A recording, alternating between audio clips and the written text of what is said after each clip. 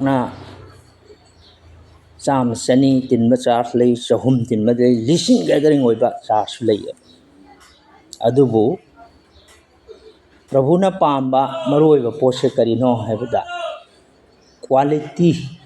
aduni haba quality church akoigi tasengna prabhuda nauna pokpagi ingthaba harauba leiba quantity masing da mi yamna yamba aduga ko mathamoi dati asumba leitaba adudo isona yati pam leba ko tana matam da ai akoigi singlup ki damakta isor yamna thagatli akoi masing yamna liklabasu akoi mioi bani ason malai imung manung oirabasu akoi ana awana tegi sauna ba nuai na daba aya mathoi oya natra the same thing singlup ta sumasi oi adubu aikoi na madu amukka kauthoklaga amuk poknaraga sengna prabhuda ngajaraga satpati sona pa sona khwaidagi pamba pose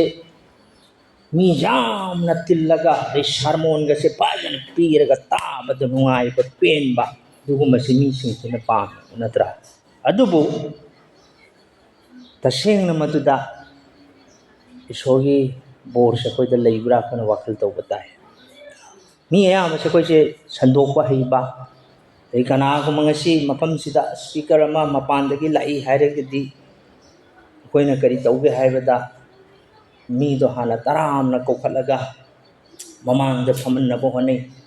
ko dagi jamna aru ba mi ga se changpa matamda thamoi ga se thuk launa phau bes oja lakyu sonda phambiu asi mioi bagi hauna san mioi bagi lisat ya adutagi khajitang lairaba je saksa khara ludaba mamit mamai ga skara samboi samda boy thaudan singutaka lakaduna maninga phamalle mioi bagi lisat to aina matam da message khara tai akoigi Jack Punen haiba ahal loiraba mini mahaki sandok pase ko mati jamna koigi thauna leiba aduga achum mase jamna follow tawna ba hona mi sakam mati achau ba aruba paisa paiba mi sing se la da maning da phamal ma som da phambi haraga togi leita lairaba adagi khara ason ba awana phangba mi sing mamang lu pukhalaga manane fajana nungsina tawbiraga phamalle ya chau ba sa sing sina tawi hey asidi mi yam til hey chalo hey o hari do hana lokon hausi hai paisa tan gi chane pi yam koina matu jengba yate paisa na teba koina kurang ngados to haire ni pase mase Bangalore da su jam kuina sorry thabak sura le namba mi jekpune ma hojiti ma makum da han khre adona haire ba han sha atuki matik thawai gi han ma ki message ta da mi se pung hong da leite pangal phang da leite adona ngasi aina khoi gi singlup ta leiriba silenau sing ya sing marum pang sing te degiti selise sing de maru aina koi mapan dagi online dagi jawri ba miss Pramavati me jamon koi busu yamna thagatli maram dina koina acha matum si louraga sorgi hai sing haktang hosu taraga koi bol phangani haiba wakhal ga loina na singupta matam pibire basana koi bi sona soi na bol pigani aduna ngasi koina tana ga daba maroi ba parasing se karamba makhal gi char se koi mathau ta ba ge the church we need koina mathau ta re singlup se karamba makhal gi singlup na si tayung pan ba di masa haipet ma phongdok ki do chauba sarmon jam phajana sandok ba hi ba te music jauba song phandana nuaina lau khongda asigumba kaya sini sini thiya ko ado amana ai yamna ai gi pungning da ko asi ahan gi message ai mati na tai mana wahi makha khai he ko akoi gi oigadaba maroiba charsa mi jamna tinba good gathering hoiba to natia man haisi pure charsa asengba amak paleitaba aduguma singlup ado mathau tai hayeng Prabhu Jisu Krista na su akoi bu lawba laktori bani dana bride of Christ nangai sa Krista gi kanyan hai मागी नुपी है कृष्ण की नुपी कृष्ण की कन्या हाय मतमसिदा मरोयना कोइना खंगदब पोसे करिनो हाय मतमदा नुपी हाइबसे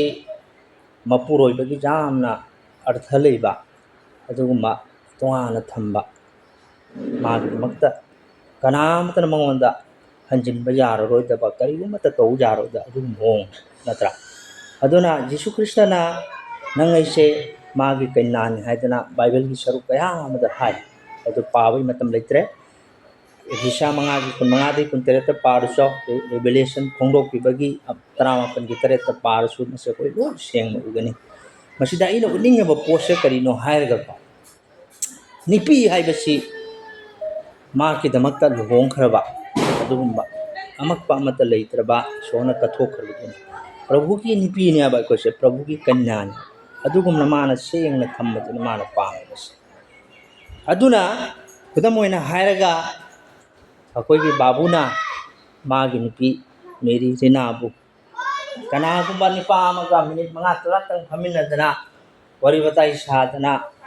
तोंगाने लेबसे माना मिहौगनी माना palm same thing ऐसुंगा एगी निपीदा जब बरिहेना सुमागी निपीबु अतोप Nipah अमगा lamina हनबदु माना पामोय अतुबु माना मिहौगनी अब मरम अतिगुमना ईश्वरना सुको यीशु कृष्णना महाकी कन्या ओइरबा महाकी मचा इखोइसे मसिना अमक्पा अमांगबा पुंसी लेंदुना लेबसे यीशुना सुपनगी याते अदुकी मतिक मिहौ चाव ईश्वरने हायदना बाइबल की मफम कया सु फंगुयेब नत्रा अखोइसे मागी लुहोंगदबा कन्याने नोमा प्रभुगा इखोइगा पुनमिनरदोइमा प्रेज द लॉर्ड मसे खयागी मति अखोइसे हराउजो अखोइसे मागी कन्याने अदुना अइना जाम समना हायरगा अखोइना प्रभुदा अहानमा मफम पीबसे ईश्वरना पाम प्रभु यीशुसी अइगी पुंसीगी अखोइ अमोंगी पुंसीगी अहानमा मफम ओइबसे ईश्वरना पाम नत्रा नोंग हालकपगा अखोइ करी तौबा ताय अगांगसिंगदे सोइना तंबीगदौस नोंग हालकपगा अइगी इथौ अइगी इतुइचा अइगी थबकतो नतेया अहानमदा करी ओइगनी प्रभुगा यीशुदा when Jesus first यीशुसना नाकी अहानबा मफम ओइबा मतमदा नंगी पुंसीदा ईश्वरना तौबीगदबा अंगकपा थबकसिंग नंगी बोरचा अदुकी मतिक मरांग काय अखोइंदी नोंग हालकपगा इतु हाना सुदार अइगी इतु ओइगरा अइगी इचा ओइगरा इमा इपा ओइगरा मधु हाना मफम पीबा जारोयबा अहानबा मफमदी यीशुन हाइबे अर्थदी नंगना नतुना चानुंग सिगनो मखोइ तुकचौ हाइरगा वा नते यीशुना हाइस दुना प्रभु यीशु से अहानबा इखोगी मफम ओइबा मतमदको जेउ कनागुम्बा मावा मपुरोइबा अमनको माकी तालोइबु माकी नुपीबु अदुकी मतिक थाजबा जाना नुंसिया नत्रा a husband loves his wife more faithfully नत्रा अदुदगिदी निपीनसु a wife loves her husband more purely अदुकी मतिक सेंगना नुंसिजेयको दुना पोलनसु करी हायरमी अदु फॉर एग्जांपल मधु थम आई हायरारोय कोई ममा मपा ओइरबा इखोइनको पेरेंट्स इखोइना करी तौनी इचा सिंगिसु मतौ करम कोइबु सिंगना नापी सिंबिगदगे हाइबसे अखोइ खुत्त ले दुना यीशु ख्रिस्टबु अहान मफम पीबा हाइबगी अर्थ से अइना नंगना हाइबती अइगी निपीबु अइगी इमुंग मनुंगबु नुंसिरुनु तोंगाना थम्बु हाइबा नतेयाबा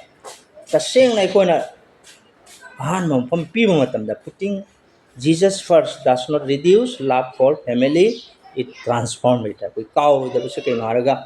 कोई ने हेक मफम पीबदने ईश्वर नंगी पुंसिदा अदुम तौबिरकनेबा होंदोक हनबिरकने काना बिरकनेबा बोर्डो नंगी नमिन उनेबा तो इखोइसे मदु थम्मंगदे नोंग हालकपगा थैंक यू जीसस प्रभु थागत सरी हाना पुंसि से कथोकई महुत्ता वाइ सिहौनबा चाखुम माना चाक थोंहौननबा गाड़ी सेंहौनबा हायना होनबा जाते हांबा अदोरगदी करी तौगनी सोगी बोर अखोइना मांगहल्ले आई जस्ट मसाइगी माइ मेसेज ता दो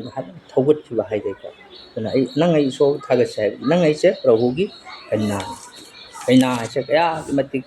ꯂꯨꯅ ꯊꯝꯃꯅꯤ ꯑꯗꯨꯅꯤ ꯉꯁꯤ ꯃꯔꯨꯑꯣꯏꯕ ꯇꯣꯄꯤꯛ ꯑꯁꯤ ꯑꯩꯈꯣꯏꯅ ꯈꯟꯅ ꯅꯩꯅꯒꯗꯕꯁꯤ ꯀꯔꯤꯅꯣ ꯍꯥꯏꯔꯒ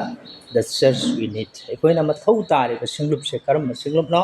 ꯑꯗꯨꯒ ꯑꯩꯈꯣꯏꯒꯤ ꯁꯤꯡꯂꯨꯞꯁꯤ ꯑꯩꯅ ꯑꯩꯈꯣꯏ ꯑꯃꯃꯝꯗ ꯍꯥꯏꯕꯗꯤ ꯅꯈꯣꯏ ꯁꯤꯡꯂꯨꯞ ꯀꯔꯤꯅꯣ ꯅꯠꯇ꯭ꯔꯒ ꯁꯤꯡꯂꯨꯞ ꯀꯅꯥꯅꯣ ꯍꯥꯏꯅ ꯈꯪꯗ꯭ꯔꯤ ꯍꯥꯏꯅ ꯇꯝꯕꯤꯕꯒꯤ ꯋꯥꯐꯝ ꯅꯠꯇꯦ ꯑꯩꯈꯣꯏ ꯂꯣꯏꯅ ꯒ꯭ꯌꯥꯟ ꯇꯥꯔ ꯑꯩꯈꯣꯏ ꯈꯪꯉꯦ ꯈꯨꯗꯝ ꯑꯣꯏꯅ ꯑꯩꯈꯣꯏꯒꯤ ꯁꯤꯡꯂꯨꯞ ꯁꯥꯂꯤꯄꯨꯔ ꯕꯥꯞꯇꯤꯁ ꯆꯔꯆ ꯍꯥꯏꯔꯦꯀꯣ ꯁꯤꯡꯂꯨꯞꯁꯦ ꯍꯧꯒꯠꯂꯛꯄꯁꯦ ꯆꯍꯤ ꯀꯌꯥ ꯑꯣꯏꯔꯦ ꯑꯩꯈꯣꯏ ꯆꯍꯤ 2 ꯐꯥꯔꯦ ꯄꯨꯡꯀꯛ ꯆꯥꯎꯈꯠꯂꯛꯏꯕ ꯍꯌꯦꯡ ꯂꯥꯛꯏꯕ ꯖꯨꯟꯒꯤ 22ꯁꯤꯅ ꯑꯩꯈꯣꯏꯒꯤ ꯐꯥꯎꯟꯗꯦꯁꯟ ꯗꯦ ꯇꯧꯅ ꯑꯩꯈꯣꯏ ꯄ꯭ꯔꯊꯅꯥꯗ ꯂꯩ ꯑꯗꯨꯕꯨ ꯁꯤꯡꯂꯨꯞ ꯑꯣꯏꯗ꯭ꯔꯤꯉꯩꯒꯤ ꯃꯃꯥꯡꯗꯒꯤ ꯖꯤꯁꯨ ꯈ꯭ꯔꯤꯁꯇꯕꯨ ꯅꯪ ꯑꯩꯅ ꯍꯦꯛ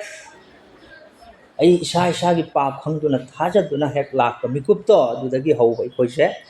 ꯃꯍꯥꯛꯀꯤ ꯃꯤ ꯑꯣꯏꯈ꯭ꯔꯦ ꯃꯍꯥꯛꯀꯤ ꯈꯟꯗꯣꯛꯂꯕ ꯃꯤꯁꯤꯡ ꯃꯍꯥꯛꯀꯤ ꯖꯥꯇꯤ ꯑꯗꯨꯒ ꯃꯔꯅꯥꯏꯒꯤ ꯑꯣꯏꯕ ꯃꯤ ꯑꯗꯨꯇ ꯅꯠꯇꯅ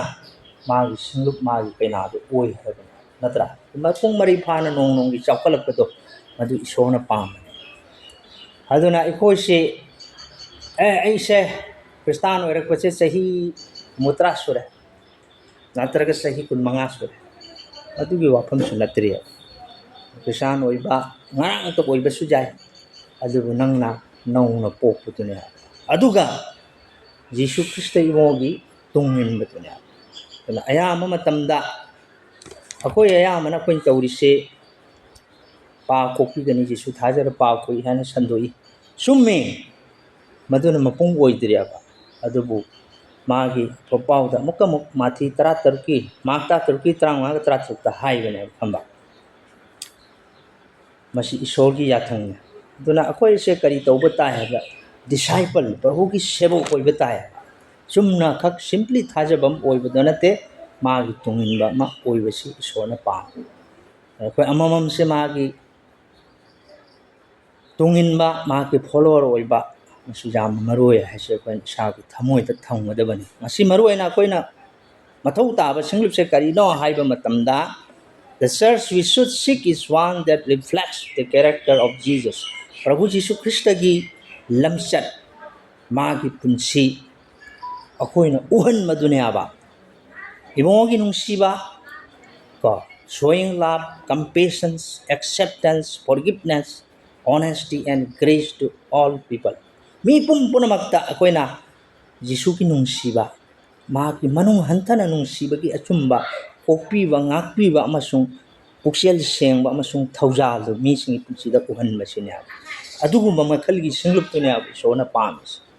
जना नो चर्च इज परफेक्ट अकोइना सेंगना कंगदौसे सिंगलुप अमता मपुंग फाबा सिंगलुप लेते हाइसे कोइना खंगबा ताइ but healthy church points to Christ and seeks to love others as he did हाइबदि जीसु ख्रिस्ट मसामकना तोरमबदो दुना अखोगी मपांगल कनबा थौना लेबा असुम सिंगलुप हाइबसे कदाई कदाई कोवे मपांगन कनबा दगी अचेतपा द हेल्दी ओइबने अखोगी तिंजंग काइजंग दबा मैतेलोन असेंगदा हाइगो तिंजंग काइजंग दबा सिंगलुप कदाई कोवे अदुना ख्रिस्ट अमसुंग मीबु नुंसीबा जिसुना तोरमबा थबक तिंगदो follower of Christ follow Christ example ख्रिस्टना तोरमबा सिंगतो तौबा दुनियाबा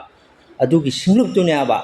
इशोरनसु ओइबा पामसे to truly appreciate and participate in such a community अदुने मरोयना अकोइना तौगदबा थबकसे करी एकोइ हानबदा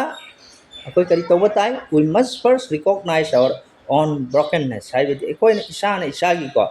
असोइबा एगी पामबै लेतबा फिबम काइजब थमोइ काइबस कोइ जाम मरु ओइरे को and need for God's grace ईश्वर की थौजाल से की पुंसीदा जाम मरु ओइ हैना खंगसे कोइ मथौ ताइ when we are humble and no longer rely on ourselves हाइबे अर्थदि एकोइना को असुम इसा से इसाने इसाबुदमक आई अफबनी आई दि मपुंग फाबनी हायना दमाइना चत्तबको अदुगी महुत्ता कोइ करी तौबा ताइ ऐसे हंथजब लोलुकसब आई थमोइसे काइबा ओइबा ताइको आई इसागी असोनबसे इसाना खंगमंगमबसे ओइबा ताइ अदुदैदि करी ओइरकनी अदुम ओइरगदि we become more willing to accept and love other imperfect people they atopa mi sing koina mapung pha da ba asonba mi sing busu koina ꯂꯧꯁꯤꯟꯕꯤꯕ ꯅꯨꯡꯁꯤꯕꯤꯕ ꯀꯣꯛꯄꯤꯕꯁꯦ ꯉꯝꯃꯛꯄꯗꯨꯕꯨ ꯁꯤꯡꯂꯨꯞ ꯀꯧꯏ ꯑꯗꯨꯅ finding healing forgiveness and genuine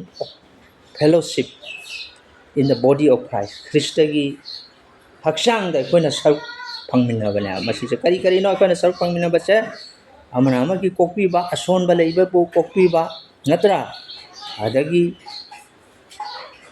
ꯑꯆꯨꯝꯕ ꯍꯛꯆꯥꯡ ꯈ꯭ꯔꯤꯁꯇꯒꯤ ꯍꯛꯆꯥꯡꯗ ꯁꯔꯨꯛ ꯐꯪꯃꯤꯟꯅꯕ ꯑꯣꯏꯕꯁꯦ ꯏꯁꯣꯔꯅ ꯄꯥꯝꯃꯦ ꯑꯗꯨꯅ ꯍꯦꯜꯗꯤ ꯆꯔꯆ ꯏꯁ ꯅꯣꯠ ꯑꯦ ꯄꯔꯐꯦꯛಟ್ ꯆꯔꯆ ꯍꯥꯏꯁꯦ ꯑꯩꯈꯣꯏ ꯃꯨꯟꯅ ꯋꯥꯈꯜ ꯇꯧꯕ ꯇꯥꯏꯌꯦꯕ ꯌꯥꯝꯅ ꯃꯄꯥꯡꯒꯜ ꯀꯟꯕ ꯑꯆꯨꯝꯕ ꯑꯁꯦꯡꯕ ꯁꯤꯡꯂꯨꯞ ꯍꯥꯏꯕꯁꯦ ꯀꯩꯗꯧꯉꯩꯗ ꯃꯄꯨꯡ ꯐꯥꯔꯣꯏ ꯃꯄꯨꯡ ꯐꯥꯕ ꯂꯩꯕ꯭ꯔꯥꯅ ꯆꯥꯔꯆꯁꯤꯕꯨ ꯃꯁꯤꯗꯤ ꯍ꯭ꯌꯨꯃꯦꯟ ꯏꯟꯁꯇꯤꯇ꯭ꯌꯨꯁꯟ ꯃꯤꯑꯣꯏꯕꯅ ꯁꯦꯝꯕ ꯍꯣꯏ ꯈ꯭ꯔꯤꯁꯇꯅ ꯀꯧꯊꯣꯛꯄꯤꯈ꯭ꯔꯕꯁꯤꯡꯅꯤ ꯑꯗꯨ ꯑꯩꯈꯣꯏ ꯏꯔꯛꯇ ꯑꯁꯤꯒꯨꯝꯕ ꯑꯋꯥ ꯑꯅꯥ ꯊꯣꯛꯀꯅꯤ ꯆꯩꯅꯥ ꯂꯥꯛꯀꯅꯤ ꯈꯠꯅ ꯆꯩꯅꯕ ꯊꯣꯛꯀꯅꯤ ꯑꯗꯨ ꯑꯩꯈꯣꯏꯅ ꯈꯪꯒꯗꯧꯁꯦ but a community of imperfect people who humbly depends on Christ and exalted his love and accept others ꯍꯥꯏꯕꯒꯤ ꯑꯔꯊꯗꯤ ꯀꯩꯅꯣ ꯍꯥꯏꯔꯒ ꯑꯩꯈꯣꯏꯅꯀꯣ ꯍꯦꯜꯗꯤ ꯆꯥꯔꯆ ꯍꯥꯏꯕꯁꯦ ꯃꯄꯨꯡ ꯐꯥꯗꯦ ꯍꯥꯏꯁꯦ ꯑꯩꯈꯣꯏꯅ ꯊꯝꯕꯀꯣ ꯈꯪꯕ ꯑꯗꯨꯒ ꯑꯩꯈꯣꯏꯁꯦ ꯀꯝꯃ꯭ꯌꯨꯅꯤꯇꯤ ꯑꯃꯗ ꯂꯩꯕꯅꯤ ꯀꯔꯝꯕ ꯀꯝꯃ꯭ꯌꯨꯅꯤꯇꯤꯅꯣ ꯑꯩꯈꯣꯏꯁꯦ ꯃꯄꯨꯡ ꯐꯥꯗꯕ ꯄꯥꯞ ꯆꯦꯟꯕ ꯃꯤꯁꯤꯡ ꯑꯃꯃꯝꯅ ꯄꯨꯛꯅꯤꯡ ꯍꯣꯡꯉꯒ ꯑꯩꯈꯣꯏ ꯃꯁꯦꯟ ꯈ꯭ꯔꯤꯁꯇꯒꯤ ꯍꯛꯆꯥꯡꯗ ꯅꯨꯡꯁꯤꯅ ꯃꯥꯒꯤ ꯅꯨꯡꯁꯤꯕꯁꯦ ꯃꯤꯁꯤꯡꯗ ꯍꯥꯏꯗꯣꯛꯄ ꯀꯠꯊꯣꯛꯄ ꯑꯃꯁꯨꯡ ꯑꯃꯅ ꯑꯃꯕꯨ ꯀꯣꯛꯄꯤꯕꯒꯤ ꯑꯣꯏꯕ ꯑꯗꯨꯒꯨꯝꯕ ꯁꯤꯡꯂꯨꯞꯇꯨꯅꯦꯕ ꯑꯩꯈꯣꯏꯒꯤ ꯍꯦꯜꯗꯤ ꯆꯔꯆ ꯑꯣꯏꯒꯗꯧꯁꯦꯀꯣ ꯑꯗꯨꯅ ꯇꯁꯦꯡꯅ ꯃꯨꯟꯅ ꯁꯝꯅ ꯍꯥꯏꯔꯒ truly reflects the heart of Jesus ꯄ꯭ꯔꯚꯨ ꯖꯤꯁꯨ ꯈ꯭ꯔꯤꯁꯇꯒꯤ ꯊꯃꯣꯏꯗꯨꯕꯨ ꯇꯥꯛꯄꯤꯕ ꯐꯣꯡꯗꯣꯛꯄꯗꯨꯕꯨ ꯀꯧꯋꯦꯕ ꯁꯤꯁꯦ ꯑꯗꯨꯅ ꯍꯥꯏꯕꯗꯤ ꯃꯄꯨꯡ ꯐꯥꯕ ꯆꯥꯔꯆꯁꯦ ꯑꯃꯠꯇ ꯂꯩꯔꯣꯏ ꯃꯄꯨꯡ ꯐꯥꯕꯁꯦ ꯀꯅꯥꯅꯣ ꯍꯥꯏꯅ ꯊꯤꯔꯛꯄ ꯃꯇꯝꯗ ꯖꯤꯁꯨ ꯈꯛꯇꯅꯦꯕ ꯃꯄꯨꯡ ꯐꯥꯔꯤꯁꯦ Church are made up of imperfect people ꯁꯤꯡꯂꯨꯞ ꯍꯥꯏꯕꯁꯦ ꯃꯄꯨꯡ ꯐꯥꯗꯕ ꯑꯁꯣꯟꯕ ꯃꯤꯁꯤꯡꯅ ꯑꯣꯏꯕꯅꯦ Every church has weakness conflicts and failures ꯆꯥꯔꯆ ꯄꯨꯝꯅꯃꯛꯀꯤ ꯀꯔꯤ ꯀꯔꯤ ꯂꯩ ꯑꯁꯣꯟ ꯑꯅꯥ ꯂꯩ ꯃꯄꯨꯡ ꯐꯥꯗꯕ ꯂꯩ ꯑꯗꯨꯒ ꯃꯥꯏꯊꯤꯕꯁꯨ ꯂꯩ ꯅꯠꯇ꯭ꯔꯥ anyway ꯑꯩꯈꯣꯏ ꯄꯣꯠ ꯈꯔ ꯄꯥꯁꯤ ꯏꯁꯣꯔꯒꯤ ꯋꯥꯍꯩꯒꯤ ꯑꯇꯣꯞꯄ ꯈꯔꯁꯤ ꯄꯥꯔꯒ ꯍꯦꯟꯅ more clear ꯑꯩꯈꯣꯏꯅ ꯎꯕ ꯐꯪꯒꯅꯤ ꯅꯈꯣꯏ ꯃꯌꯥꯝ ꯄꯥꯅꯕꯒꯤꯗꯃꯛꯇ ꯔꯦꯗꯤ ꯇꯧꯕꯤꯌꯨ let's turn out ꯑꯩꯈꯣꯏ ꯍꯥꯡꯗꯣꯛꯁꯤ ꯇꯥꯏꯇꯁ ꯑꯍꯨꯝꯒꯤ ꯑꯍꯨꯝ ꯄꯗ ꯃꯉꯥ ꯇꯔꯨꯛ ꯈꯛꯇꯪꯁꯤ ꯄꯥꯁꯦꯕꯀꯣ ꯄꯥꯔꯒ ꯃꯔꯨꯑꯣꯏꯕ ꯃꯐꯝ ꯈꯔ ꯖꯤꯁ ꯑꯩꯈꯣꯏ ꯋꯥꯈꯜ ꯇꯧꯃꯤꯟꯅꯔꯒ ꯁꯥꯕꯒꯤ ꯃꯇꯝꯁꯨ ꯑꯣꯏꯕꯅꯤꯅ ꯑꯩꯈꯣꯏ ꯇꯦꯟꯁꯤꯟꯅ ꯇꯥꯏꯇꯁ ꯑꯍꯨꯝꯒꯤ ꯑꯍꯨꯝ ꯐꯪꯉꯗꯤ ꯁꯠ ꯁꯠ ꯄꯥꯕꯤꯌꯨ ꯍꯦꯛꯇ ꯉꯥꯏꯅꯗꯕꯤꯗ ꯇꯥꯏꯇꯁ ꯑꯍꯨꯝꯒꯤ ꯑꯍꯨꯝ Psalm 51ꯒꯤ 17 Miss Premawati Jemon please be ready Psalms ꯊꯥꯒꯠ ꯏꯁꯩ 51ꯒꯤ 18 Isaiah 34ꯒꯤ 1 Isaiah 63ꯒꯤ 2 ꯍꯥꯡꯗꯣꯛꯎ ꯕꯥꯏꯕꯜ ꯅꯁꯈꯨꯠꯇ ꯕꯥꯏꯕꯜ ꯄꯥꯏꯌꯨ ꯆꯥꯔꯆꯇ ꯂꯥꯛꯄꯗꯤ ꯕꯥꯏꯕꯜ ꯄꯥꯏꯒꯗꯕꯅꯤ ꯃꯣꯕꯥꯏꯜ ꯄꯥꯏꯕ ꯌꯥꯗꯦ ꯃꯣꯕꯥꯏꯜꯒꯤ ꯕꯥꯏꯕꯜꯁꯦ ꯌꯥꯔꯤꯉꯩ ꯌꯦꯡꯗꯕ Psalms 51 verse 17 Titus ꯑꯍꯨꯝꯒꯤ ꯑꯍꯨꯝ ꯑꯐꯪꯕ ꯑꯩꯅ ꯐꯪꯕꯁꯤ ꯑꯩ ꯁꯠ ꯁꯠ パꯔꯛꯀꯦ ꯅꯈꯣꯏꯁꯨ ꯑꯩꯈꯣꯏ ꯃꯌꯥꯝ ꯄꯥꯃꯤꯟꯅꯁꯤ ꯑꯗꯨꯒ ꯏꯁꯣꯔꯅ ꯑꯩꯈꯣꯏꯒꯤ ꯊꯃꯣꯏꯗ ꯇꯁꯦꯡꯅ ꯃꯍꯥꯛꯀꯤ ꯋꯥꯍꯩꯅ ꯉꯥꯡꯒꯅꯤ ꯐꯥꯔꯁ Titus 3:3 ꯑꯐꯪꯕ ꯃꯤ ꯃꯥꯏꯀ꯭ꯔꯣꯐꯣꯟꯒ ꯂꯣꯏꯅꯅ ꯁꯠ ꯁꯠ ꯄꯥꯎ ꯑꯩꯅ ꯍꯥꯏꯁꯦ ꯃꯤꯅꯤꯠ ꯑꯃ ꯐꯥꯍꯔꯦ बाइबल हांग जाम स्मार्ट हो जाता है 3:3 आई पारागे नोय तप्पे अहुम मरमदी मतम ममदा कोइसु अपंगबा हाइब इंदबा मीना मिनममिबा मखल मखल की अपामबगी अमसुंग नुंगाई थोकपगी करी ओइरमे मी ओइरमे आबा कोइसु अपंगबा नुंगाई थोकपको अदुगुम मी ओइरमे अदुदगी करी अरे मखा ताबसिना फत्तबा अमसुंग कलक खंबनबदा पानबा यंगथीबा अमसुंग अमगा यंगथीनबा ओइरमे आदुदगिना 51:17 थागत इसै Psalm 51:17 मो पदसिंचे लोयना पाथोकसेबको 51:17 ओके 51:17 आई पारागे फंगे ईश्वरदा कटकदबा इरात पोसिंगदी शोकलबा थवाई कायरबा अमसुंग किंथरबा थमोय ए ईश्वर नहाकना थौसादबा तौबिरय Isaiah 61 जिसायो पंदो होमबु माथोयगी अमा जिसायो होमबु माथोयगी अमा होमबु माथोयगी अमा इबुंगो जेहोवागी थवायना इगी थक्ता लई मरमदि जेहोवाना इबु थाव हैबिरे लाइरबसिंगदा अफव पाउ संदोकनबा थमोई कायरबसिंगबु फहन्नबा महांगना अइबु थाबिरे लानफासिंगदा निंगतंबगी पाउ फोंदोकनबा अदुगा फाजिनख्रबसिंगदा कैसुम संग हांदोकनबा अदगगिदि आइजा 66 हुम्मुतरुकी अनि अईगी खुदना पोट पुमनमक सेमखी अदुगा पोट पुमनमक असि लैरकपने यहोवाना हाय अदुबु अइना जेंगनी मी असिदा लैजद्रबा अमसुंग थमोई कायरबा अदुगा अईगी वा तारगा निक्चबा महात अदुदा जिसायो अमुक जांखै तरेत की तरा मंगा हांगदो जिसायो जांखै तरेत की अदु जांखै तरेत की पदा तरा मंगा Isaiah chapter 57 verse 15 asiga mohai maramde awang ba masung wang thoiba loman haidana leiriba maming asengba kauba mahakna asum hai aina awang ba masung asengba mafamda lei thamoi kinthakhraba amasung nolokpa puning leiba mahakasu nolokpa singi puning thogatnaba thamoi kinthakhraba singi puning thogatnabani last Psalms 34 verse 18 thagat isai chumtha marigi pada taranippa Psalms 34 verse 18 34:18 sudah kali hai 34:18 Jehovah na thamoi kairba mising adugi manakta lei thamoi kairba mising ibungona kanbi kaya napi maroi ba ina akoina masidagi maroi na uba sa karino so wakal tausi aduna mapung phaba singlup haibase amatta leite adubu masi hek khantharuba matamda mapung phaba se kanano ibungo khaktan jisu khaktan Jesus is perfect duna church haibase di mapung phada ba asonba papi singna hunsin mala church are made up of imperfect people mapung phada mi singin ko duna every church has kari hai weaknesses to ason balai adai conflicts laigani failure laigani adu mi ayamana singlupsi ai masigi charse ai pamdre chalo ai munna khalo aho se kadai dona ko munna khanmata asi ayam ko thopani singlo mafam da moi yam ure yam tara singlup kai gi waris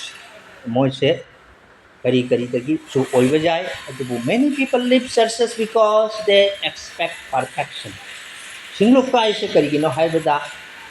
makoi na thiba se mapung phaba thi mapung phaba pangal kanba adu hek thiba matamda ma kadai da su chatla su ma adjust oira roi ma duma ama chakani ama de tholaka ama chakani ama de thoma dum khai ko duna masina ko da kari remind tawi no church can fully match Christ's perfection. Sina takpadi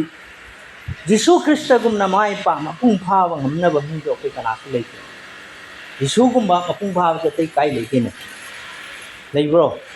leite. Aduna mayam ayamana sarse hado ga chali maramni makoina thiba se moina expect over se mapung phaba thi. Mapung phaba thi ra di ma ma da leira roi. Duna sigagi akoina tamba positu karino har only Jesus Christ is perfect jisu khakta mapung bhai se koina ugodam aduna simukamo masigi maru oru point se kai har don just a church by expecting perfection aidi kana gumba kari gumba singlup amabu mi amabu ikoina jengaga mapung phana na ba ti bodo to ko ai khama maramdi kegino madugi leader natraga mi sindo mioi banya mioi bana semba institution na natra adudagi di kari tawrakani madu eko na thiba matamda mase ko ni ugadau se its people or leaders just are human institutions striving to follow Christ not perfect representation of him kristagi mato loba mapung phaba akoi tanba yai adubu mapung phabati koi oiroi haibasi mai koi siang na uhalla ko anyway masida koi gi mapung phaba gi maram sa masya koi wakalang teng tau sigi mapung phaba se kadai bu ko aduna siga number 1 ai lam ayam da thoga ingba wafam ma lei akoina mapung phaba se kari no haibada I am imperfect too. I depend on grace. ꯍꯥꯏꯔꯤꯕ ꯃꯤꯁꯦ ꯑꯩꯗꯤ ꯃꯄꯨꯡ ꯐꯥꯗꯦ, ꯑꯩ ꯃꯄꯨꯡ ꯐꯥꯕ ꯉꯝꯅꯕ ꯏꯁꯣꯔꯒꯤ ꯊꯧꯖꯥꯜꯗ ꯑꯩ ꯇꯣꯡꯖꯅ ꯍꯤꯡꯕꯅꯤ ꯍꯥꯏꯔꯤꯕ ꯃꯤꯗꯣ ꯃꯥꯛ ꯁꯣꯏꯗꯅ ꯃꯤ ꯄꯨꯝꯅꯃꯛꯀ ꯇꯤꯟꯅꯕ ꯉꯝꯗꯧ. We strive to find a community that sees people with the same love. ꯆꯞ ꯃꯥꯟꯅꯅ ꯅꯨꯡꯁꯤꯕ ꯂꯩꯕ, ꯑꯗ ꯑꯃꯅ ꯑꯃꯕꯨ ꯂꯧꯁꯤꯟꯕ, ꯀꯣꯛꯅꯕ ꯖꯤꯁꯨ ꯈ꯭ꯔꯤꯁꯇꯅ ꯇꯧꯔꯝꯃꯤ. ꯄ꯭ꯔꯚꯨ ꯖꯤꯁꯨꯁꯤ ꯀꯅꯥ ꯇꯤꯟꯅꯔꯝꯒꯦ? ꯑꯣꯛꯇꯕꯤꯁꯨ ꯇꯤꯟꯅꯩ, ꯖꯨꯉꯥꯎꯕꯁꯨ ꯇꯤꯟꯅꯩ, ꯐꯠꯇꯕꯁꯨ ꯇꯤꯟꯅꯩ. ꯅꯠꯇ꯭ꯔꯣ? ꯃꯥ ꯀꯣꯝꯄ꯭ꯔꯣꯃꯥꯏꯖ ꯇꯧꯕꯗꯤ ꯅꯠꯇꯦ, ꯃꯥ ꯆꯨꯝꯊꯣꯛꯄꯤꯅꯕ, ꯍꯣꯡꯗꯣꯛꯄꯤꯅꯕ ꯃꯥ ꯇꯤꯟꯅꯕꯅꯤ. ꯑꯗꯣ ꯕꯥꯕꯨ ꯅꯪ ꯀꯅꯥꯒ ꯇꯤꯟꯅꯔꯤ? ꯑꯩꯗꯤ ꯑꯦꯛꯖꯥꯝꯄꯜ ꯗꯥꯏꯔꯦꯛ ꯄꯤꯗꯧꯅꯤ. ꯅꯪꯁꯤ ꯃꯐꯝ ꯑꯁꯤꯗ ꯅꯪꯒꯤ ꯑꯦꯛꯖꯥꯝꯄꯜ ꯄꯨꯟꯁꯤꯁꯦ ꯏꯁꯣꯔꯅ ꯄꯥꯝꯃꯤ. ꯅꯠꯇ꯭ꯔꯣ? ꯑꯗꯨ ꯅꯪꯒꯤ ꯃꯇꯨꯡ ꯏꯟꯅꯍꯟꯕꯗꯨꯅꯦꯕ. ꯑꯗꯣ ꯍꯣꯏ ꯆꯨꯝꯃꯤ, ꯁꯤꯗ ꯊꯥꯖꯕ ꯌꯥꯝ ꯃꯁꯤꯡ ꯅꯪ ꯅꯇꯣꯝ ꯈꯛꯇꯅꯤ ꯏꯃꯨꯡꯁꯤꯗ. ꯃꯔꯨꯑꯣꯏꯅ ꯑꯇꯩ ꯅꯪꯒꯤ ꯅꯍꯥꯔꯣꯜ ꯄꯥꯈꯪ ꯃꯆꯥ ꯃꯌꯥꯝꯁꯨ ꯂꯩ. ꯑꯩꯈꯣꯏ ꯗꯗꯥ ꯁꯔꯠꯅ ꯍꯥꯏꯕꯁꯤꯗꯤ ꯑꯩꯈꯣꯏ ꯇꯥꯁꯤꯍꯦ ꯍꯥꯏꯕꯁꯦ ꯅꯪꯅ ꯍꯥꯏꯍꯟꯕꯗ ꯅꯪ ꯄꯨꯟꯁꯤꯗꯩ ꯎꯍꯟꯕ ꯇꯥꯏ. ꯑꯗꯨ ꯅꯠꯇꯕꯤꯗ ꯃꯣꯏꯅ ꯈꯣꯜꯂꯒ ꯅꯪ ꯆꯠꯄ ꯇꯥꯔꯒꯗꯤ ꯅꯪ ꯇꯨꯗꯣꯔꯤꯑꯕ. ꯃꯁꯤ ꯌꯥꯗꯦ ꯍꯥꯏꯁꯤ ꯅꯪ ꯇꯝꯕꯤꯕ ꯉꯝ ꯇꯥꯏꯕ. ꯑꯗꯨꯅ ꯐꯣꯂꯣ ꯈ꯭ꯔꯥꯏꯁ ꯑꯦꯛꯖꯥꯝꯄꯜ, ꯅꯪ ꯈ꯭ꯔꯤꯁꯇꯒꯤ ꯑꯦꯛꯖꯥꯝꯄꯜꯗꯨ ꯅꯪꯒꯤ ꯄꯨꯟꯁꯤꯗ ꯂꯩꯕ ꯇꯥꯏ. ꯈꯨꯗꯝ ꯑꯣꯏꯅ ꯍꯥꯏꯔꯒꯀꯣ, ꯉꯁꯥꯏꯒꯤ ꯖꯤꯁꯨꯅ ꯇꯧꯔꯝꯕ ꯍꯥꯏꯁꯦ, ꯖꯤꯁꯁ ꯃꯥꯅ ꯋꯦꯜꯀꯝ, ꯀꯅꯥꯕꯨꯅꯣ ꯃꯥꯅ ꯀꯧꯕꯤꯔꯝꯕꯁꯤ, ꯀꯧꯕ ꯂꯥꯛꯄꯁꯨ ꯂꯩꯇ ꯂꯥꯏꯔꯕ, ꯑꯋꯥ ꯑꯅꯥ ꯇꯥꯔꯕ, ꯃꯤꯅ ꯏꯟꯊꯣꯛꯄꯤꯔꯕ, ꯑꯁꯣꯟꯕ ꯄꯥꯄꯤꯁꯤꯡ, ꯊꯃꯣꯏ ꯀꯥꯏꯔꯕꯁꯤꯡ, ꯅꯠꯇ꯭ꯔꯣ? ꯑꯗꯨꯕꯨ ꯀꯧꯕ ꯂꯥꯛꯈꯤ ꯖꯤꯁꯨꯅ. ꯃꯁꯥꯃꯛꯅ ꯑꯦꯛꯖꯥꯝꯄꯜ ꯄꯤꯔꯝꯃꯤ ꯖꯤꯁꯨ ꯈ꯭ꯔꯤꯁꯇꯅ ꯇꯥꯏꯕꯪꯗ ꯂꯩꯕ ꯃꯇꯝꯗ. ꯅꯠꯇ꯭ꯔꯅꯦ? ꯑꯣꯛꯇꯕꯤꯁꯤꯡꯕꯨ ꯃꯥꯅ ꯀꯩ ꯇꯧꯕꯤꯈꯤꯒꯦ? ꯃꯥꯅ ꯀꯣꯛꯄꯤꯈꯤꯕ. ꯅꯪ ꯑꯃꯨꯛ ꯍꯟꯅ ꯄꯥꯞ ꯇꯧꯔꯅꯨ ꯍꯥꯏꯔꯝꯃꯤ. ꯑꯗꯨꯅꯤ ꯃꯥꯒꯤ ꯄꯨꯟꯁꯤꯒꯤ example. A Christ-centered church should not be a place of judgment and superiority. ꯀꯔꯤꯒꯨꯝꯕ ꯑꯩꯈꯣꯏꯒꯤ ꯁꯤꯡꯂꯨꯞꯁꯦ ꯑꯩꯈꯣꯏꯅꯁꯨ ꯄꯥꯝꯖꯩ, ꯑꯩꯈꯣꯏ ꯑꯃꯃꯝꯅꯁꯨ ꯁꯤ ꯄꯥꯝꯃꯤ. ꯑꯩꯈꯣꯏꯒꯤ ꯁꯤꯡꯂꯨꯞꯁꯦ ꯈ꯭ꯔꯤꯁꯇꯅ ꯁꯦꯟꯇꯔ ꯑꯣꯏꯕ, ꯏꯕꯨꯡꯉꯣ ꯖꯤꯁꯨꯅ ꯀꯦꯟꯗ꯭ꯔ ꯑꯣꯏꯕ ꯁꯤꯡꯂꯨꯞ ꯑꯃ ꯑꯣꯏꯍꯟꯒꯦ ꯍꯥꯏꯕ ꯇꯥꯔꯕꯗꯤ ꯑꯩꯈꯣꯏ ꯑꯃꯅ ꯑꯃꯒꯤ ꯕꯤꯆꯥꯔ ꯇꯧꯗꯕ, ꯑꯗꯨꯗꯒꯤꯗꯤ ꯑꯅꯦꯝ ꯑꯋꯥꯡ ꯅꯥꯏꯅ ꯆꯠꯇꯕ. ꯑꯁꯤ ꯁꯤꯡꯂꯨꯞ ꯀꯌꯥꯗ ꯑꯅꯦꯝ ꯑꯋꯥꯡꯕ, ꯄꯔꯐꯦꯛꯁꯟ, ꯏꯝꯄꯔꯐꯦꯛꯁꯟ, ꯑꯗꯨꯗꯒꯤ ꯁꯨꯄꯔꯤꯌꯣꯔꯤꯇꯤ, ꯑꯗꯨꯝꯕ ꯊꯥꯛꯀꯤ ꯀꯥꯔ ꯇꯣꯡꯕ ꯃꯤꯅ ꯁꯣꯝꯗ, ꯂꯩꯇꯕ ꯂꯥꯏꯔꯕꯅ ꯁꯣꯝꯗ, ꯁꯤꯡꯂꯨꯞꯇ ꯃꯗꯨ ꯍꯦꯛ ꯆꯪꯈꯤꯕ ꯃꯇꯝꯗ ꯃꯗꯨ ꯁꯨꯝ ꯆꯥꯕ ꯁꯤꯡꯂꯨꯞ ꯑꯣꯏꯗꯧꯔꯕꯅꯤ. ꯖꯤꯁꯨ ꯌꯥꯎꯗꯕ ꯁꯤꯡꯂꯨꯞ, ꯏꯕꯨꯡꯉꯣ ꯈ꯭ꯔꯤꯁꯇꯅ ꯁꯦꯟꯇꯔ ꯑꯣꯏꯗꯕ, ꯃꯤꯒꯤ ꯀꯣꯛꯅ ꯏꯟꯇꯦꯂꯦꯛꯆꯨꯋꯦꯜ ꯍꯥꯏꯕꯗꯤ ꯀꯣꯛꯀꯤ ꯒ꯭ꯌꯥꯟꯅ ꯆꯠꯄ ꯁꯤꯡꯂꯨꯞ ꯑꯣꯏꯗꯣꯔꯤꯃꯦꯕ. ꯑꯌꯥꯝꯕꯗ ꯍꯧꯖꯤꯛꯀꯤ ꯃꯇꯝꯒꯤ ꯁꯤꯡꯂꯨꯞ ꯈꯨꯗꯤꯡꯃꯛꯁꯦ ꯏꯕꯨꯡꯉꯣꯒꯤ ꯅꯨꯡꯁꯤꯕ, ꯑꯆꯨꯝꯕ ꯊꯧꯖꯥꯜꯅ ꯊꯟꯕꯁꯦ ꯂꯩꯁꯤꯜꯂꯛꯇ꯭ꯔꯦꯕ. ꯂꯣꯏꯅ superiority, just a place of ꯖꯁꯃꯦꯟ ꯑꯦꯟ ꯁꯨꯄꯦꯔꯤꯌꯣꯔꯤꯇꯤ ꯈꯥꯏꯗꯣꯛꯅꯕ, ꯕꯤꯆꯥꯔ ꯇꯧꯕ. ꯃꯥꯗꯤ ꯑꯗꯨ ꯁꯦꯠꯂꯤ, ꯃꯥꯅ ꯃꯗꯨ ꯇꯧꯏ, ꯃꯥꯅ ꯑꯗꯨꯅꯤ ꯍꯥꯏꯅ ꯆꯠꯈꯤꯕ ꯁꯤꯡꯂꯨꯞ ꯑꯣꯏꯕ ꯁꯨꯡꯌꯥ ꯌꯥꯗꯦ. ꯑꯩꯈꯣꯏ ꯃꯨꯟꯅ ꯋꯥꯈꯜ ꯇꯧ ꯇꯥꯏꯀꯣ. ꯁꯤꯅ ꯑꯩꯈꯣꯏꯒꯤ ꯃꯨꯟꯅ ꯑꯩꯈꯣꯏꯅ ꯈꯟꯒꯗꯕ ꯄꯣꯠꯁꯦ ꯀꯩꯅꯣ? ꯗꯤꯞ ꯀꯟꯚꯤꯛꯁꯟ ꯑꯣꯐ ꯁꯤꯟ ꯑꯦꯟ extended direct meeting. ꯁꯤꯖꯧ ꯑꯩ ꯃꯁꯤꯒ ꯑꯃꯨꯛ ꯍꯥꯏꯔꯦꯀꯣ. ꯑꯩꯈꯣꯏꯅꯀꯣ ꯀꯔꯝꯕ ꯃꯈꯜꯒꯤ ꯁꯤꯡꯂꯨꯞꯅꯣ ꯑꯩꯈꯣꯏꯅ ꯑꯣꯏꯕ ꯄꯥꯝꯕꯁꯤ? As we look for that kind of church, there is something to keep in mind. ꯑꯩꯈꯣꯏꯒꯤ ꯄꯨꯛꯅꯤꯡꯗ ꯊꯝꯒꯗꯕ ꯄꯣꯠꯁꯦ ꯀꯔꯤꯅꯣ ꯍꯥꯏꯕꯗ, often people look for the perfect church. ꯑꯌꯥꯝꯕ ꯃꯇꯝꯗ ꯃꯤꯅ ꯄꯥꯝꯕꯁꯦ ꯃꯄꯨꯡ ꯐꯥꯕ, ꯐꯕ. ꯃꯤ ꯀꯌꯥ ꯑꯃ ꯑꯩꯈꯣꯏ ꯁꯤꯡꯂꯨꯞ ꯅꯪꯊꯣꯛ ꯆꯠꯈ꯭ꯔꯦ. ꯆꯠꯇ꯭ꯔꯣ? ꯃꯗꯨ ꯀꯔꯤꯒꯤ ꯆꯠꯂꯤꯅꯣ? ꯅꯍꯥꯟ ꯑꯩ ꯃꯤ ꯑꯃꯅꯤ ꯈꯛ ꯊꯦꯡꯅꯩ. ꯃꯣꯏꯅ ꯍꯥꯏ, ꯑꯃꯅ ꯑꯃꯒꯤ ꯋꯥꯔꯤ ꯉꯥꯡꯉꯛꯏ. ꯐꯔꯦ ꯑꯣꯖꯥ, ꯌꯥꯝ ꯐꯅꯤ ꯃꯗꯨ. ꯃꯥ ꯈꯪꯉꯤ. ꯑꯗꯨ ꯀꯔꯤꯒꯤꯅꯣ? ꯃꯤꯅ ꯁꯤꯡꯂꯨꯞ ꯊꯥꯗꯣꯛꯏꯕꯁꯦ ꯃꯥ ꯑꯍꯦꯟꯕ ꯄꯥꯝꯕꯩꯅꯤ. ꯏꯁꯣꯔꯗ ꯑꯆꯨꯝꯕ ꯂꯩꯔꯕꯗꯤ ꯃꯁꯤ ꯊꯥꯗꯣꯛꯑꯣꯏ. ꯋꯥꯅ ꯍꯧꯃꯤꯟꯅꯔꯛꯄꯅꯤ, ꯑꯋꯥ ꯑꯅꯥ ꯀꯌꯥꯗ, ꯑꯅꯥ ꯑꯌꯦꯛ ꯀꯌꯥꯗ ꯅꯨꯡꯁꯤꯅꯅ ꯑꯩꯈꯣꯏꯕꯨ ꯆꯥꯎꯈꯠꯂꯛꯄꯅꯤꯀꯣ, ꯂꯩꯃꯤꯟꯅꯔꯛꯄꯅꯤꯀꯣ. ꯏꯆꯤꯜ ꯏꯅꯥꯎꯁꯦ, ꯃꯔꯨꯞꯁꯦ, ꯃꯄꯥꯡꯁꯦ, ꯑꯣꯖꯥꯁꯦ ꯍꯥꯏꯕꯁꯤ ꯋꯥꯈꯜꯁꯦ ꯃꯥ ꯊꯥꯗꯣꯛꯈ꯭ꯔꯦ. ꯃꯥꯅ ꯄꯥꯝꯃꯛꯄꯁꯤꯅ ꯃꯄꯥꯟ ꯊꯣꯡꯒꯤ ꯑꯄꯥꯝꯕꯗꯣ ꯑꯣꯏꯔꯛꯈ꯭ꯔꯦꯕ. ꯅꯠꯇ꯭ꯔꯅꯦ? ꯑꯗꯨꯅ ꯃꯁꯤ ꯀꯔꯤ ꯇꯧꯒꯦ ꯍꯥꯏꯕꯗ, often people look for the perfect church while ignoring their own imperfection. ꯃꯥꯒꯤ ꯃꯄꯨꯡ ꯐꯥꯗꯦ, ꯃꯥ ꯑꯁꯣꯟꯕ ꯅꯥꯏꯁꯦ ꯃꯥ ꯀꯥꯎꯊꯣꯛꯈ꯭ꯔꯦ. ꯃꯗꯨ ꯅꯠꯇꯅ ꯃꯥ ꯑꯆꯧꯕ ꯊꯤꯔꯛꯄꯅꯤ. ꯑꯗꯨꯅ ꯏꯁꯣꯔ ꯊꯥꯒꯠꯁꯤ, ꯑꯩꯈꯣꯏ ꯃꯤ 5 ꯈꯛꯇꯪ ꯂꯩꯔꯁꯨ, 10 ꯈꯛꯇꯪ ꯂꯩꯔꯁꯨ, pure church, blameless church, ibona pamba mahake dugumba church oibedo isona pam. Minjam pamono. Ni lising laktan siga worship to wodo koi pam. Nang na porpang mo ay na porpang mo jisu na portong. Natra na ko. Ado ko na pam jaba siya o jagadaw si karino ay mapung phade prabhu. Koi khara lejarip sa sing na sumna amag ingat na dana. Thogan na dana. Ibon nang gimatik mga aling thole ba kita ko himmo do ko ojage nang gitungin mo ojage aba. Ado ko na hay kita. Dan mayama matam na mising sina mapantong de kari ubri perfect church moy thi adu mak masada soy balay ay mapung pada sa mga kaw. Adu na ni. Kaung ta Paulo ki pandu puntar ki tare to pass. Please someone read. Paulo Proverbs chapter 27 verse 7. Paulo kuntaret ki tare online lagi Pabiu Jani Miss Mewavati and Miss Demon. Proverbs 27 ki 7.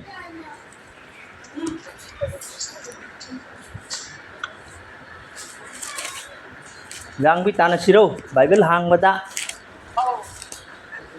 Nang na haladia pajaro ay haladay pasoke. Ang abo. Okay. Okay, please. Yeah.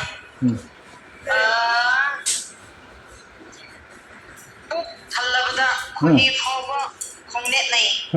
Chak lamba mangonda akhaba pot khudingmak thummi. Amen. Amen. Praise the Lord. Hasijong ko. Masaya koy just spiritually thawai goi bada wakhal tawse. Thawai da jengba matamda napan leiba mi si kari tawi. Proud people often criticize and reject others. Napan chauba napan leiba mi singna mi singi maramda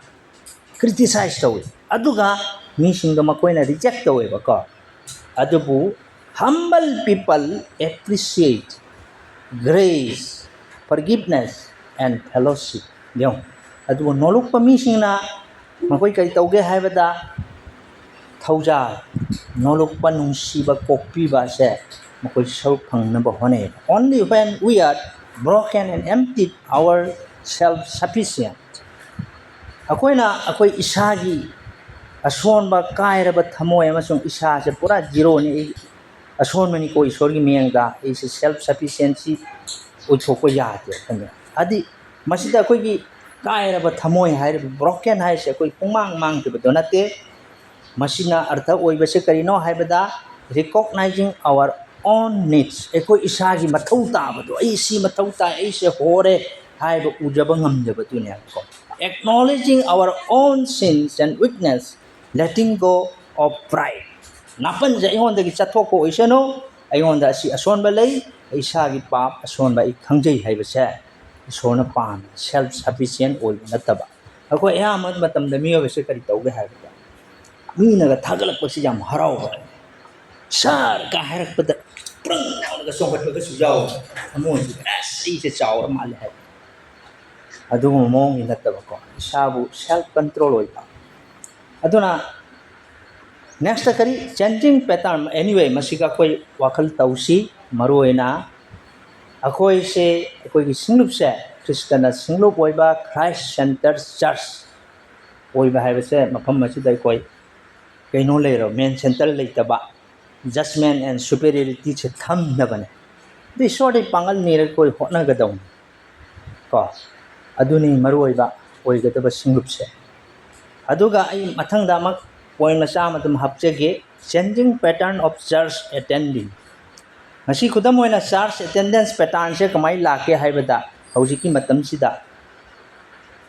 mafam punamak ta su haiba jai weekly others occasionally moi ja participate to waseng asi khudam oina online service miss aptika miss demon ga jaure noi because of your inconvenience na koi khudong cha dabadagi se la ko ngam dabadagi jauri adu natabida akoina isagi ojuhat tawraga excuse tawraga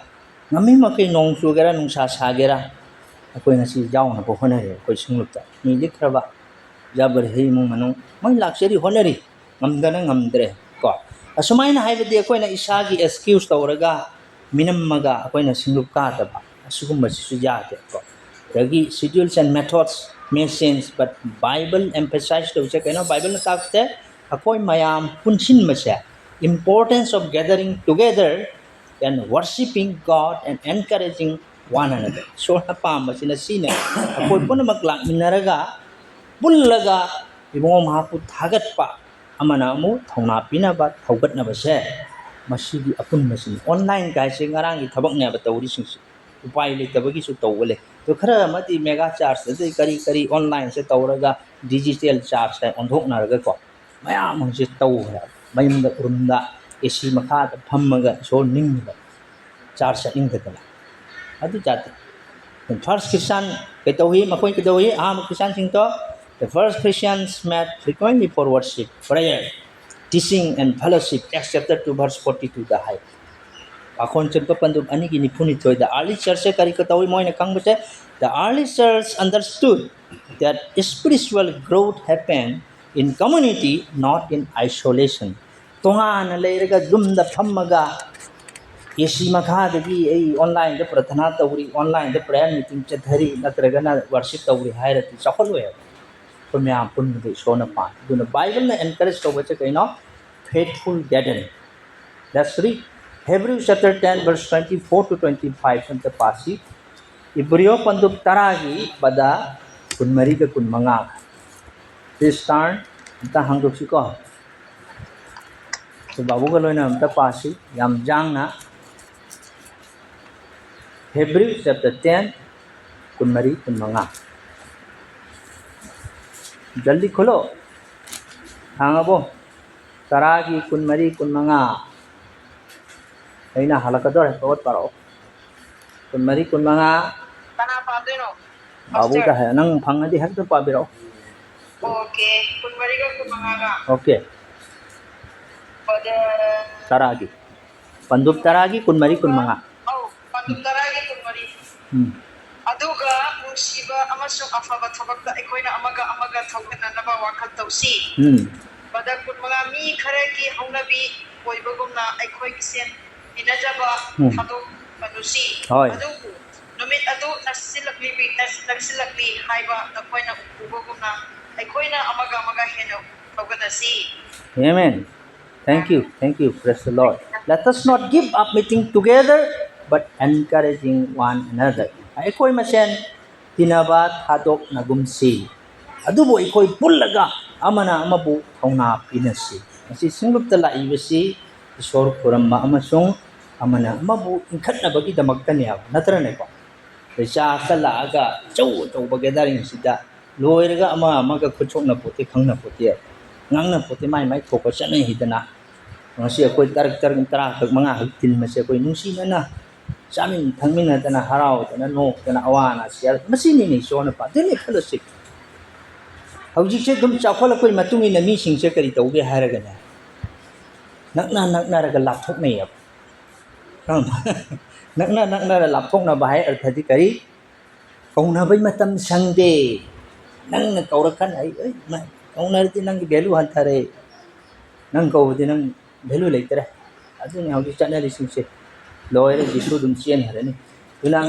taimang pan sida kari work schedule technology travel personal preference can reduce regular attendance hoy hauji ki matam taimang pan se thoi se thabak jame technology chakhale sai travel satli ama mathau tai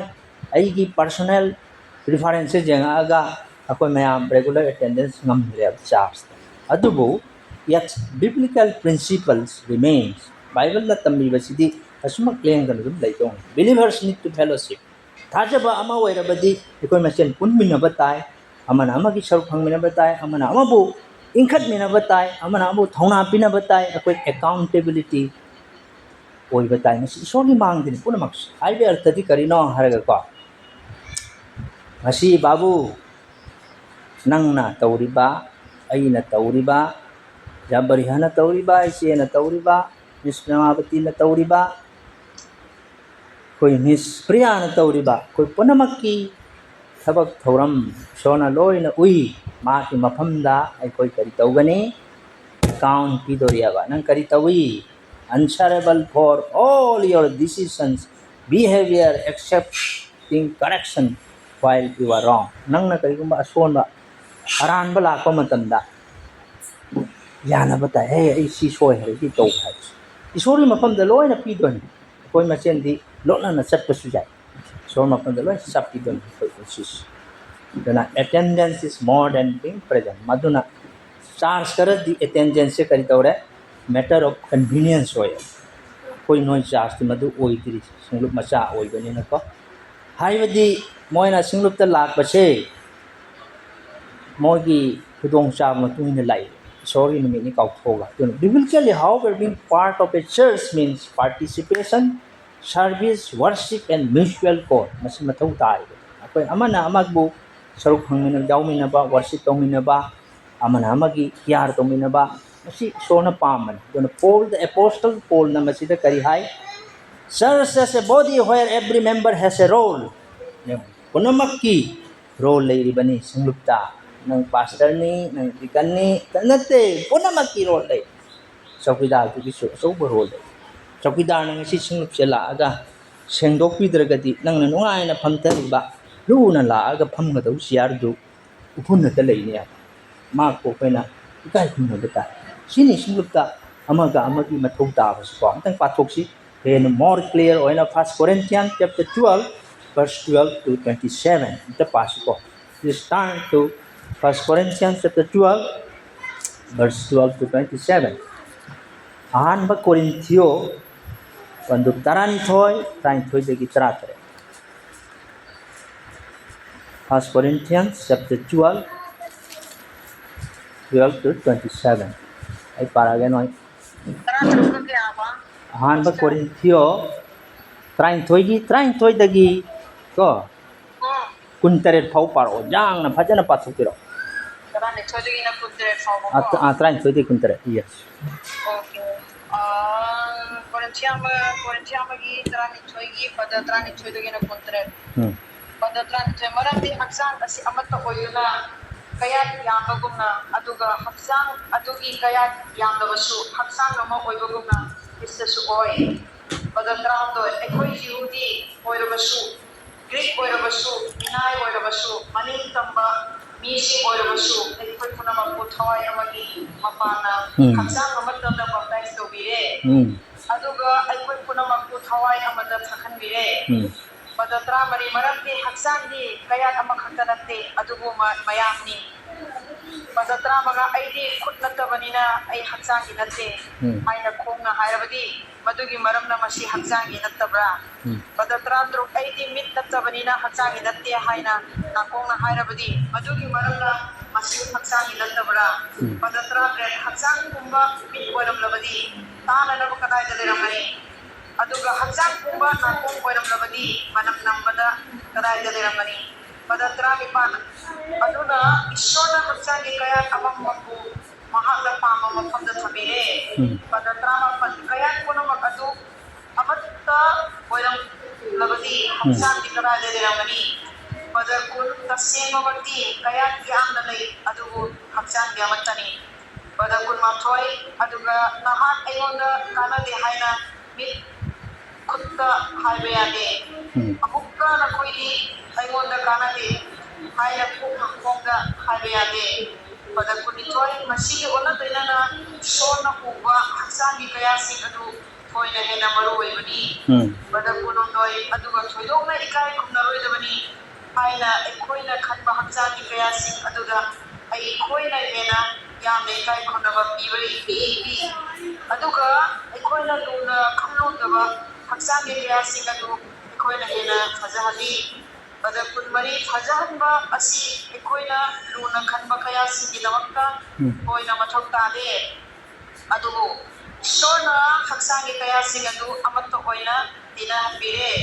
aduga maru oidabani haina khanba kaya sing aduda hena maru oina khbire pada kunmanga maramdi masi haksangi manungga tokhai tanaba leitabani leitananabani aduna haksangi kayat singna amana amagidama khangadabani pada kuntaru kayat amana awaba khanglabadi kayat punamakna maduga loinana awaba khanginai natraga kayat amabu dikai kunna birabadi kayat punamangna maduga harauminay pada kuntaret aduga nakoy Kristagi haksangi amasung amamamna haksangi kaya simi. Thank you. Thank you. Praise the Lord. Yung masida uriba po si ko. Church se koi na kari na uri diti. Church is not merely a place to attend, but a family to which believers belong. Imong manung niya ba? Imong manung ako'y sumlaaga sakhiba do nate ngasi nongayin khangte any te khangje laaga worship to do madu nate ba. But for family to which believers belong. Masida munna koi khantha kada ba matam su leitrabani na ai samdan ge kasigi pose ko verse by verse na munna study tawraga I wafam khara khak siga lei ado noma matam phangmada su dum khansi aduna padani panda akoi kari uge haiba matamda hoi masigagi te I haira roge masagi Hebrew ohungi train thoi dei tra manga do masida so koina uhli se kaino ha koina mathau ta ba se hawai ki maramda ekoi amana bu support tawna ba inkhatna ba aduga koida amang ba dong thiba la ka ba lambi khara su lei hai bisu ma uhalla ko masi khatang point se tawraga ngasi gi oina dum samjal lasi tuna akoi gi charge for broken people hai ba se akoi su nang ai su oi ga dong ni hai ga I version ya ko tuna matam leitabani na akoi Hebrew pandu ahung gi train thoi dei tra ma se aroi bada adumak ngakang jing si ko hogi si sing hakang thamsi adu ngak aina nga sawai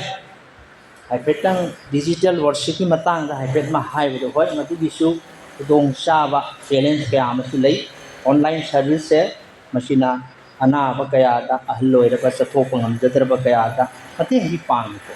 ado aina ko myam se reject to do nate kadamena remote area sa lei ba natro makoi da pau se johan majai duna bo ngasi youtube ki message kaya solution adu so koi reject to ya de many people to the choose search based on preference aya mana sar se makoi ki preference oira ba kudamoina such music program adonda oina set kare isuna ko bosina kan Jesus called believers to discipleship. Okay, then commitment and service rather than simply consuming religious experience. Right? The Prabhu Yishuna koi punamak thajaba mawam cha sebok semu hai bane. Sai mati tara taruki trang matra trukto. Koi ngarang tu tau wadi koi prayer meeting da. Madu matte khatang hi wari se natia. Maru oiba pose koi na sebok oiba se tambi ro dina ko. Natra ke koi dharma nga ko sakitong. A healthy church acts mapangan phaba singlu mana kari khalli haiba matamla how can we worship God akoina matau karam na ibungo mahaku kharam jabang ngam botoke how can we serve others atopo koi kana karam na koi sewa to sige haiba wahang sila khalo how can we grow spiritually together akoi matau karam na thawai de saukat sige haiba se ekoi de lakhalle healthy church tinjang kaijang daba hauna phaba asengba masaigi pure church na what kind of church do we need? Akoi karama makal ki church ma thau ta ba gya. Healthy church are made up of needy people. To think otherwise is to misunderstand the nature and mission of the church. Church ki mission ki function je kari no hai so koi khang moya ba. Akoi na healthy church se ason ba ma thau ta bu mi sing mayam pullaga oirak pani hai ba se khang da ba taraga di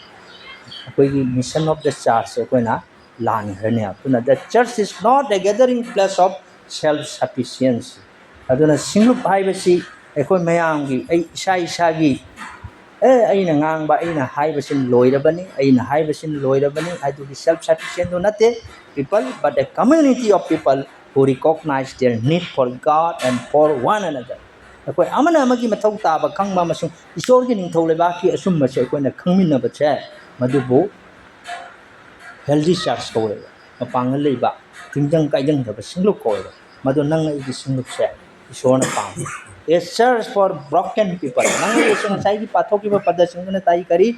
brokenness in the Bible is not weakness to be ashamed of. The Bible na takpi ri se the broken oi ba hai ba si thamoi kai ba hai ri ason manate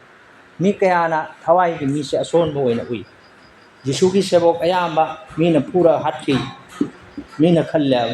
मपांगन जाऊदब बुदुन no मोय मुख थौना फब कना तसु लेते प्रभु की दमक मागी पुंसी कथोकिया नत्रो अदुनी पदम तंग पासी Luke chapter 18 verse 13 of the पासी अदुगा सिंखक तौरगा कोई लोइसल्लसी मथंगदा अचाव मतमदा अमुक जेंसी लुक चैप्टर 18 verse 13 असिगी खजितंग नैना बसे कोई तौरगा मसाइगी मतेक तोंगमगा तौरगा लोइसल्लसी सासु सागले okay let us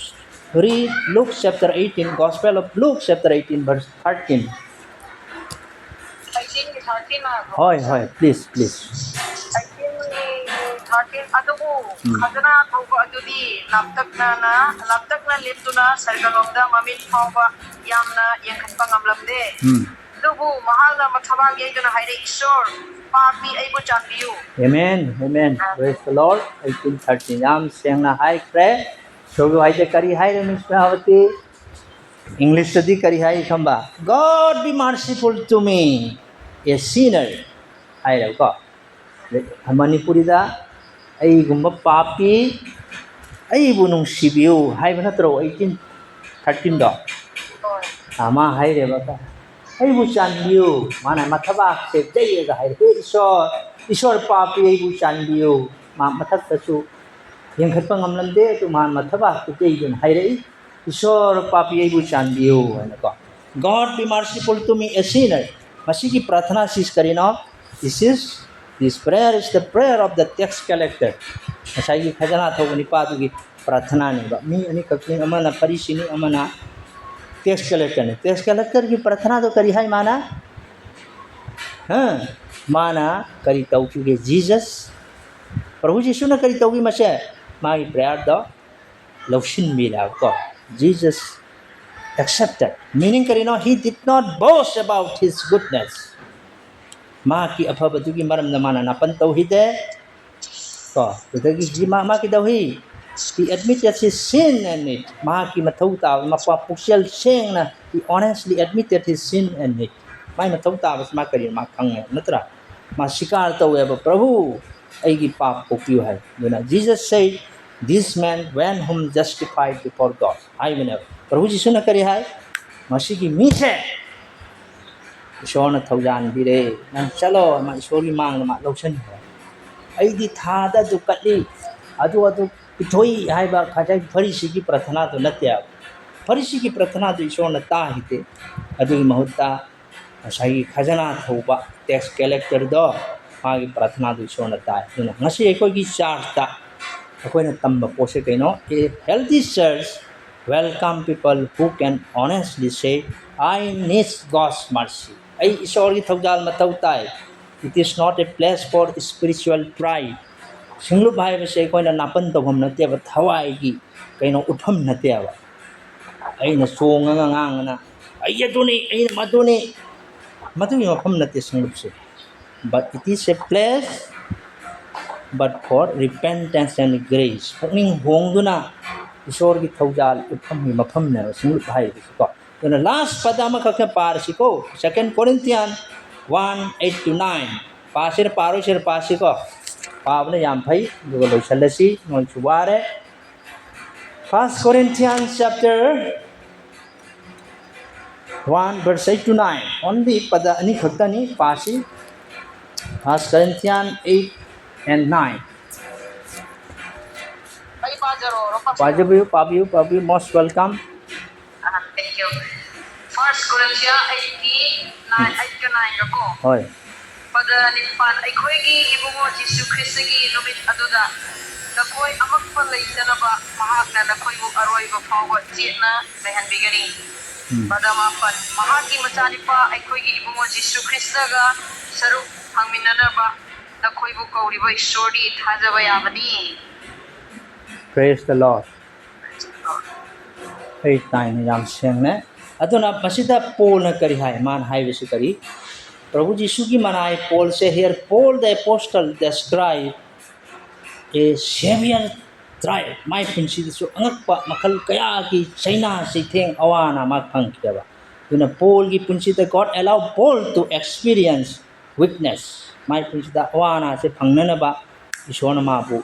yabikhiyaba. The purpose was to teach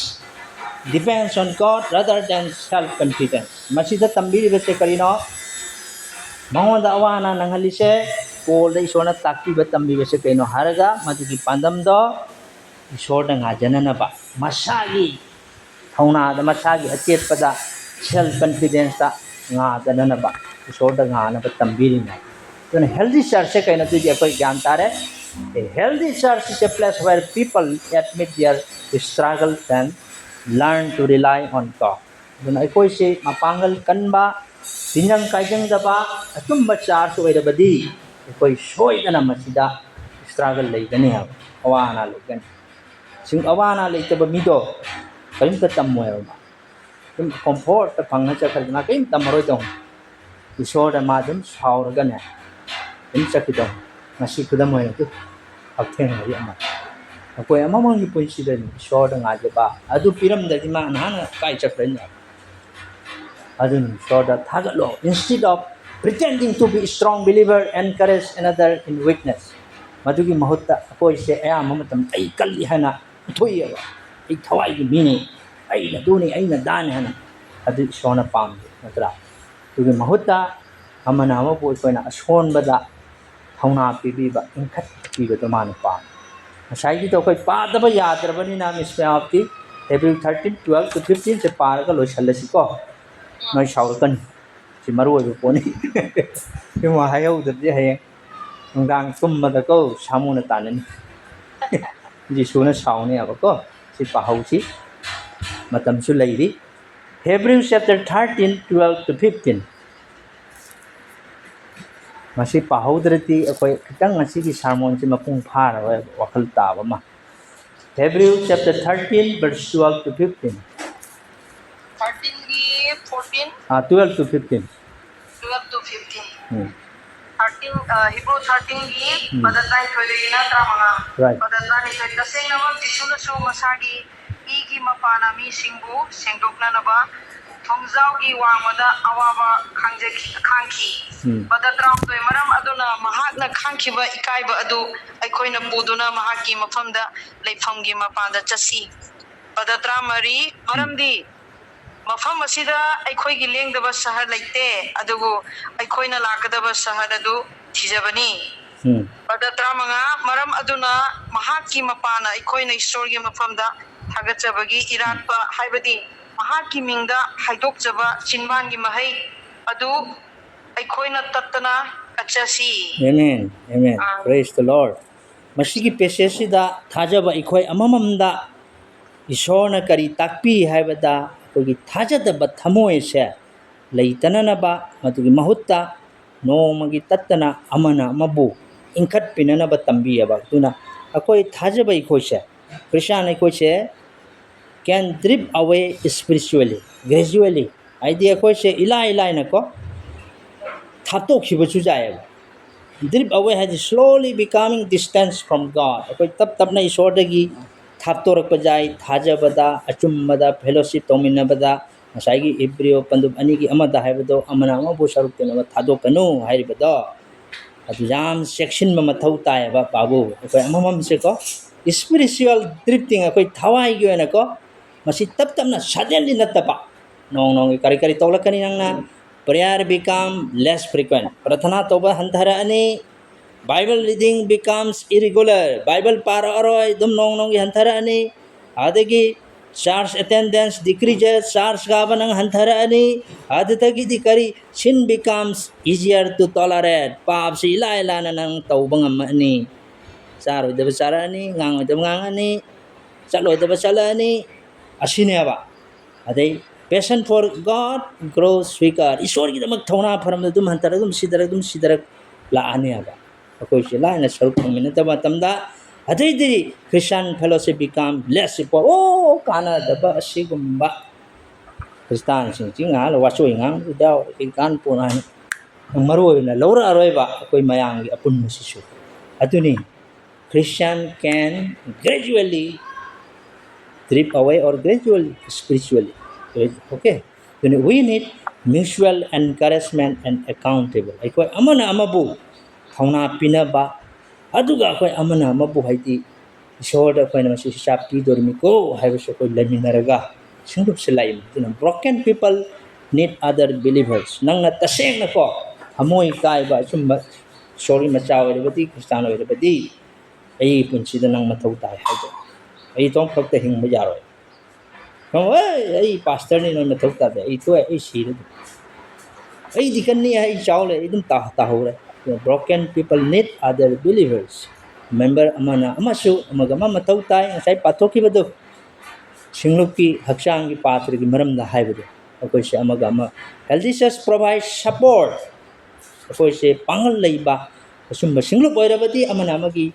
support ꯄꯤꯅꯒꯅꯤ ꯑꯩꯈꯣꯏ ꯆꯨꯝꯊꯣꯛꯅꯒꯅꯤ ꯑꯦꯟꯀꯔꯦꯖ ꯇꯧꯃꯤꯟꯅꯒꯅꯤ ꯑꯗꯒꯤ